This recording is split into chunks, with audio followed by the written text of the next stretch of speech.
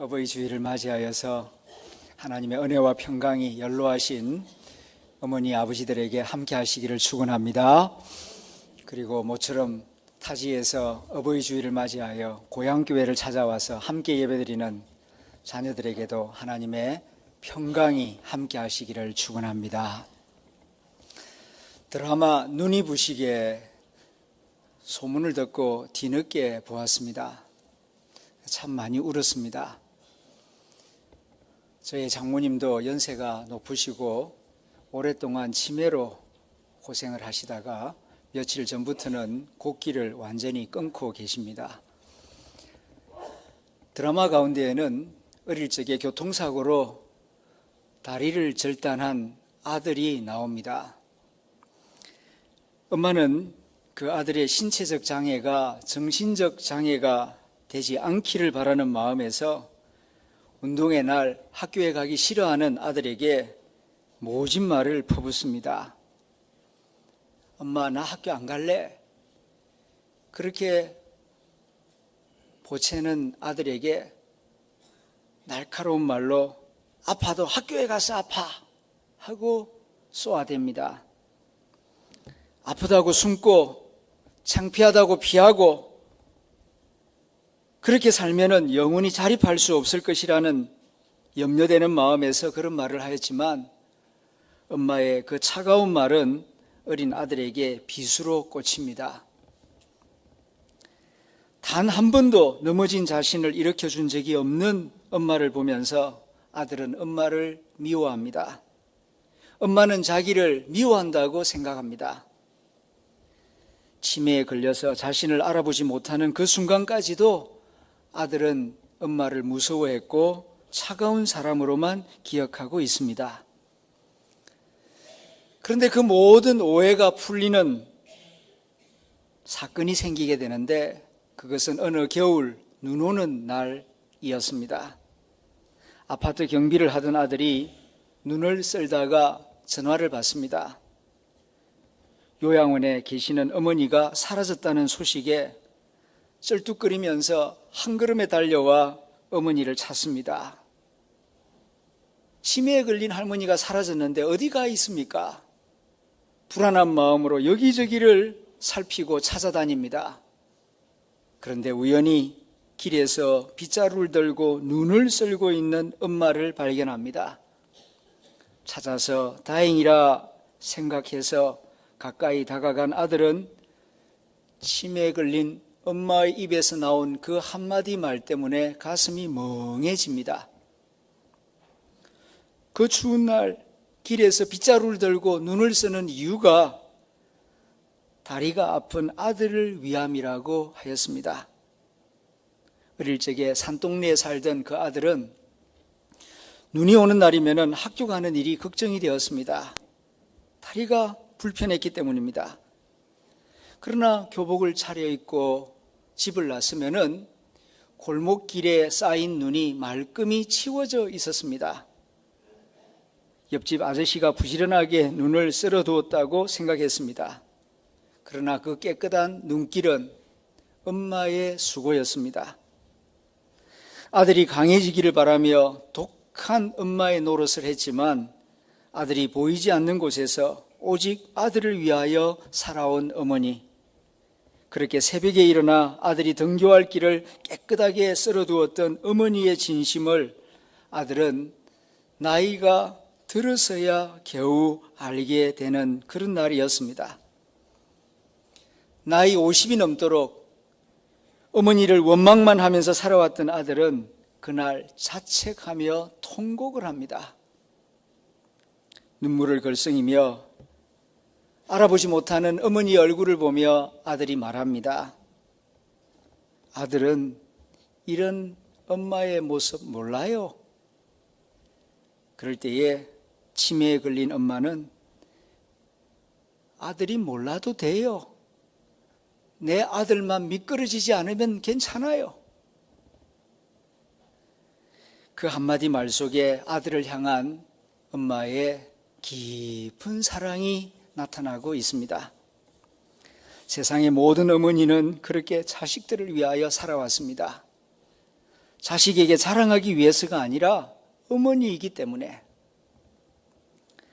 아들은 기억상실증에 걸린 엄마를 바라보면서 혼자 이렇게 중얼거립니다.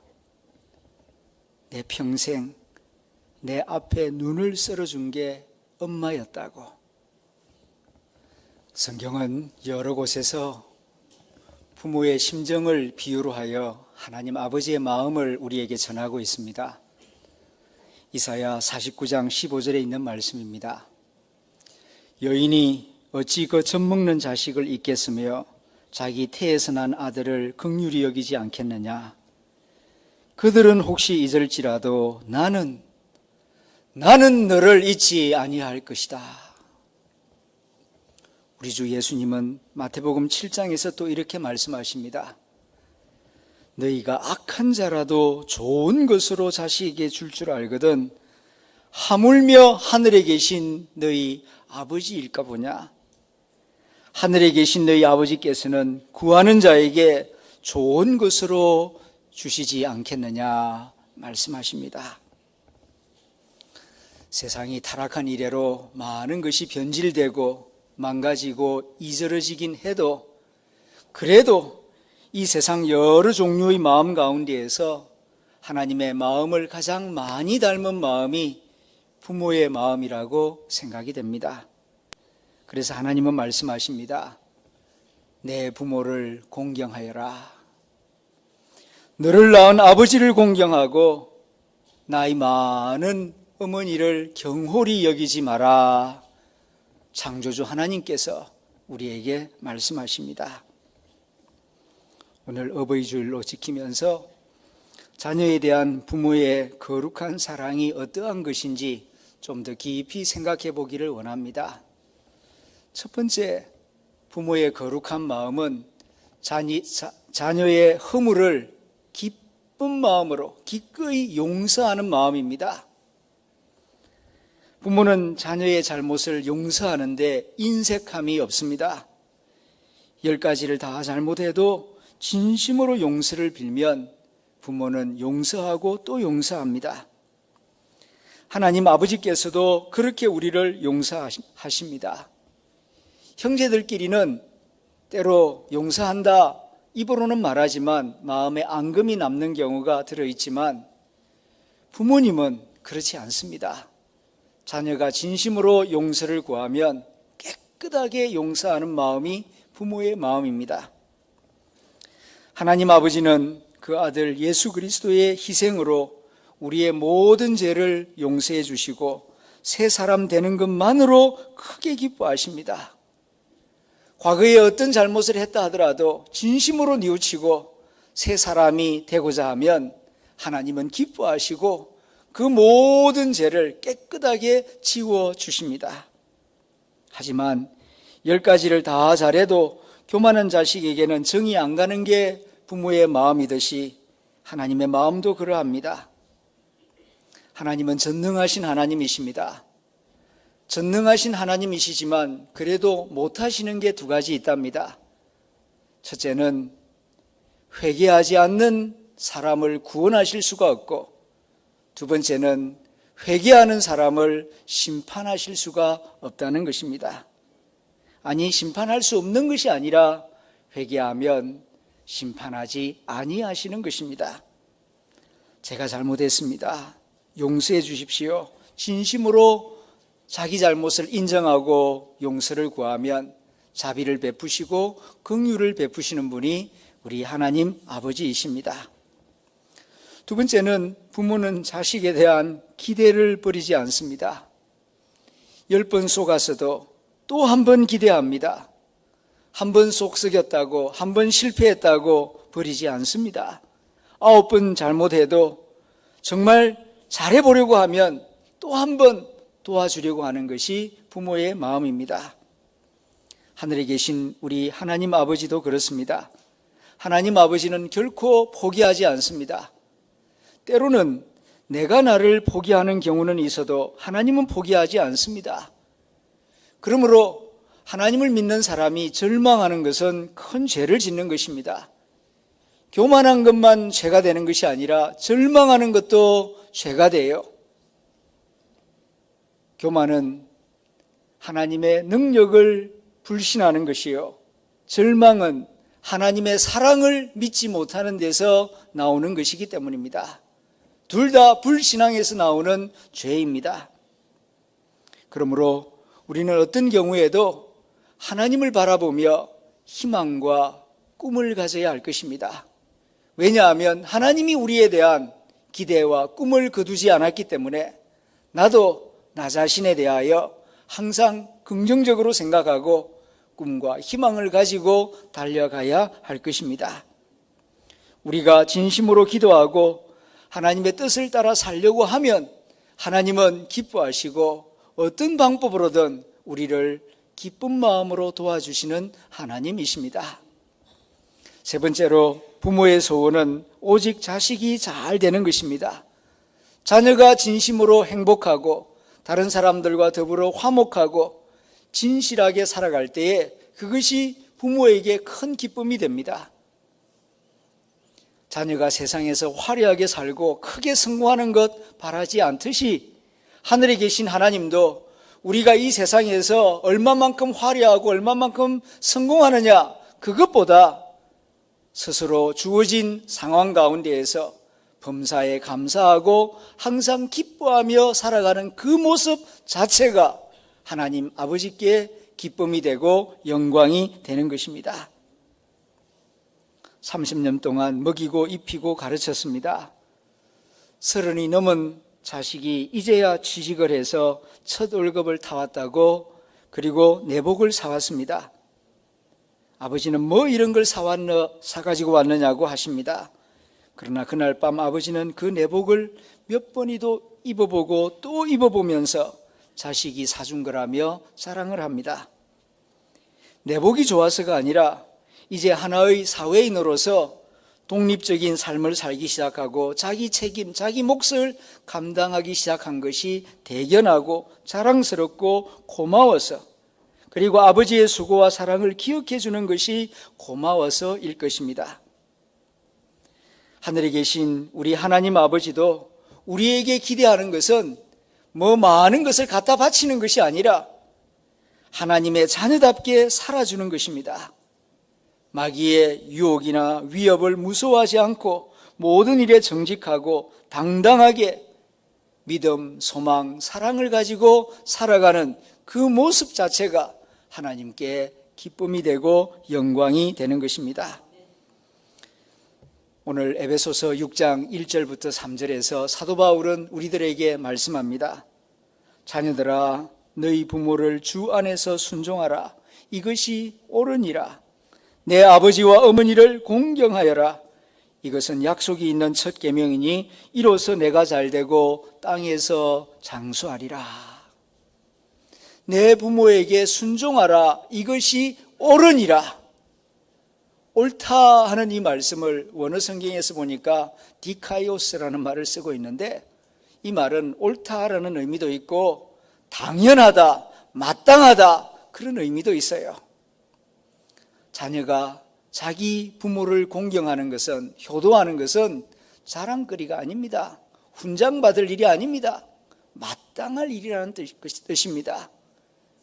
하나님의 형상을 따라 지음을 받은 사람이라면 자기 부모를 소중히 여기고, 연로하신 부모님, 지금은 힘이 없고 연약하고 기억도 까뭇까뭇해서 잘 잊어버리지만, 그러나 그 초라한 모습이 아니라 나를 낳으시고 기르시고 수고한 그 거룩한 마음을 기억하고 공경하는 것이 하나님의 형상을 가진 인간의 마땅한 본분이라는 말씀입니다. 거꾸로 말한다면 사람의 탈을 쓰고 자기 부모를 공경하지 않는 사람은 사람이 아니라는 뜻이에요. 내 부모에게 순종하라. 이것이 옳으니라. 이것이 마땅하니라. 여러분들은 사람과 동물의 차이가 어디에 있다고 생각합니까? 어떤 분들은 엄마가 자기 새끼를 낳아서 먹이고 입히고 그리고 위험을 무릅쓰고 그렇게 희생하는 그 모습에서 인간의 아름다운 모습을 말하는 분들이 있습니다. 물론 그런 부분이 있어요. 그러나 좀 넓게 보면은 다른 동물들도 그렇게 합니다. 개도 어릴 적에 자기 새끼를 낳아서 기를 때에는 자기가 배고픈데도 먹지 않고 자식이 먹을 때까지 기다리는 그런 엄마 개를 볼 때가 있습니다. 집에 불이 났는데 자기 새끼를 보호하기 위하여 그 병아리들을 날개 죽지에 품고 자기는 불에 타 죽은 암탉의 모습을 본 적이 있습니다. 새끼를 보호하는 부모의 모습은 동물 세계에도 있어요. 그러나 동물 세계에서 볼 수 없는 것은 자식이 부모를 공경하는 모습입니다. 이건 동물 세계에서 볼 수 없는 모습입니다. 오직 하나님의 형상을 가진 인간 세계에서만 나타나는 모습입니다. 보면 사람들도 겉으로는 성장을 했는데 어릴 적에는 엄마 하고 따르다가 큰 성장한 다음에는 부모하고 싸우려고 하고 나이 많은 부모를 업수 여기는 그런 안타까운 모습을 볼 때가 있습니다. 잘못된 것입니다. 인간의 인간다운 모습은 늙으신 부모를 공경할 줄 아는 거기에 있습니다. 오늘 성경은 말씀합니다. 내 부모를 공경하라고. 사람과 사람 사이에 오가는 사랑을 크게 세 가지로 나눠 볼 수 있습니다. 첫째는 자기보다 나이도 어리고 경험도 적은 사람을 사랑할 때에는 불쌍히 여긴다, 자비를 베푼다라고 말합니다. 나이도 같고 경험도 같은 그런 사람들이 사랑할 때에는 우정이라고 말합니다. 세 번째, 자기보다 나이도 많고 경험도 많고 지혜도 많은 분을 사랑할 때에는 그것을 공경이라고 말하는 것입니다. 오늘 성경은 부모를 불쌍히 여기라고 말하는 게 아니고 내 부모를 공경하라고 말씀하고 있습니다. 간혹 보면은 용돈 얼마 드리면서 부모 공경 다 한 줄로 생각하는 사람들이 있습니다. 그거 잘못 생각하는 겁니다. 때로는 무식하게 보이고 때로는 실수를 할 때도 있지만 부모는 존경받아 마땅한 어른입니다. 왜냐하면 자식을 사랑하는 부모의 마음만큼은 거룩하기 때문입니다. 때로는 표현이나 사랑하는 방식이 내 마음에 안 드는 경우도 있지만은 그러나 그 깊은 곳에서는 예외 없이 자식을 위한 거룩한 사랑이 있기 때문입니다. 옛말에 그런 말이 있지 않습니까? 홀 어머니는 10자식 너끈하게 키우지만 10자식은 홀어머니 한 분을 제대로 모시지 못한다고. 왜 그렇겠습니까? 먹을 것이 없어서 그렇습니까? 세대 차이가 나서 그렇습니까? 그게 아니고 어머니의 그 큰 사랑을 자식들이 이어받을 수가 없기 때문입니다. 부모님은 우리를 키우실 때에 수천 번 기저귀를 빨아도 한 번도 불평이 없이 키우셨건만 우리는 부모님이 한 번만 부끄러운 실수를 해도 그것을 못 참고 불평하고 짜증내고 함부로 말을 합니다. 부모님은 우리를 위하여 먹지 않고 쓰지 않고 저축하여 모은 돈을 자식 공부시키는데 아낌없이 쓰는데 우리는 용돈 한 번 제대로 들이지 못하고 어쩌다 용돈 좀 달라고 하면 노인네가 무슨 돈이 필요하냐며 핀잔이나 준다면 말이 되겠습니까? 자식 옷 살 때에는 유명 메이커가 아니면 안 사면서 부모님 옷 살 때는 그냥 입던 옷 입으시라고 합니다. 자기 자식이 아프면 곧바로 한밤중에도 응급실을 달려가면서도 부모님이 아프시면 내일 날이 밝으면 병원에 가시자고 그 긴 밤을 그냥 지새우게 하십니다. 이게 부모의 마음과 자식의 마음의 차이입니다. 자녀는 10번 태어나도 부모의 마음을 따라갈 수가 없을 것입니다. 이걸 생각한다면 부모를 공경하는 것이 마땅한 태도입니다. 자격이 있다 없다 그런 말 하는 거 아닙니다. 부모의 마음은 어떤 경우에도 존경받고 공경받아야 할 마땅한 거룩한 마음입니다. 우리는 자본주의 사회 속에서 그리고 치열한 경쟁 사회 속에서 살아오면서 은연중에 모든 사람들을 자신의 경쟁자처럼 생각할 때가 있습니다. 심지어는 형제 자매들조차도 경쟁 상대가 됩니다.